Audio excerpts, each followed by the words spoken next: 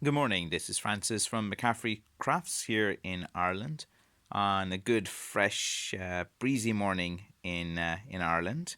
And here is another product review of one of the sticks that I've made.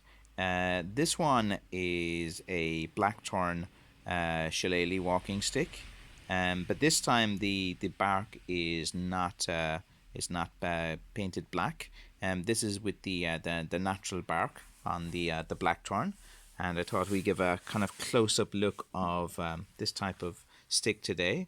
Uh, Here is your kind of knob stick. I kind of like to leave the bark on sometimes just to kind of contrast with the wood and the wood grain. It kind of looks nice. Like there's always various ways that you can finish like a knob stick. You can just like curve it around like this. You can remove this bark here. You can remove more of this bark here. So there's always like several ways to finish it. I find this size is kind of good. It supports the weight quite nicely. This is about under the handle here. Under the handle here, it's about 1.25 inches. We'll have a look at the grain. Okay, when you kind of like curve it like that, it looks like the grain's wide apart, but if you cut it straight across, the grain is kind of way tighter. Uh, because this is like a dense, heavy stick. It's about 520 grams. And again, just get a really good close up there of the blackthorn bark. It's kind of like a purplish color. It kind of, as you season it for 2-3 years, it kind of goes like a kind of bit of a brownish type of color, and then you can kind of like sand the bark a bit to get out some colors. So there you go. Like you can kind of see how it looks. That's when you sand the bark and then you put a finish on it. It just slightly darkens the color of the bark. So without the finish, it would be a bit lighter, but it actually, as you can see, look with nature, everything matches. Like this color with this color with this color down here. It's like looking in autumn when the leaves fall off the trees. Like all the colors are just beautiful to look at and match together. Um, Here's where a thorn would be.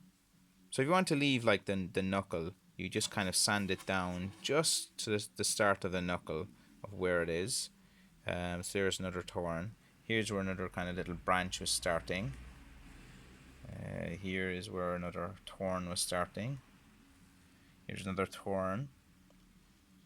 So this, as you can see, has quite a lot of knuckles, all the way down to the bottom, and with the bottom of a walking stick, you can put on a metal ferrule as well. But what I found with blackthorn and with metal ferrules is that they're not really meant for kind of modern pavements, and they're quite noisy and clinky. And most importantly is that wood does expand and contract, in different temperatures. And what you find with a lot of metal ferrules, and especially on dense heavy woods, is they become loose quite easily.